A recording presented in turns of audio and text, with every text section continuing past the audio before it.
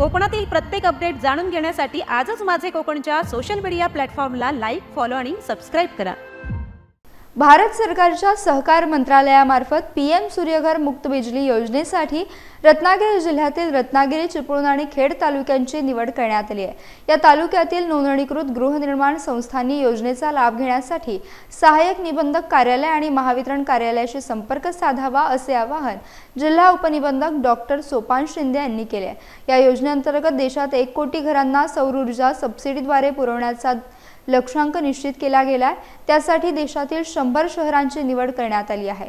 हर घर सूर्यघर हा विषय यापुढे असणार आहे। जिल्ह्यातील रत्नागिरी, चिपळूण आणि खेड या 3 तालुक्यातील ज्या गृहनिर्माण सहकारी संस्थांकडे छतावरील सौर ऊर्जेसाठी जागा उपलब्ध आहे अशा गृहनिर्माण सहकारी संस्थांनी प्राधान्याने निवड करायची आहे।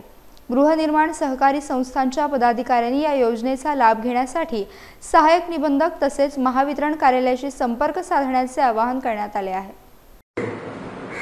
नमस्कार, मी सोपान शिंदे, जिल्हा उपनिबंधक सहकारी संस्था रत्नागिरी, आपल्याशी केंद्र शासनाच्या महत्त्वाच्या योजनेबाबत सहकारी संस्था यामध्ये विशेषतः नोंदणीकृत सहकारी गृहनिर्माण संस्था आणि विविध कार्यकारी सहकारी संस्था यांच्या छतावर रूफटॉपवर केंद्र शासनाची अत्यंत महत्त्वाकांक्षी अशी योजना पीएम सूर्यघर मुक्त बिजली योजना राबविण्याच्या अनुषंगाने आपल्याशी संवाद साधत आहे। देशामध्ये 1 कोटी घरांना सौर ऊर्जा देण्यासाठी 100 शहरांची निवड केली।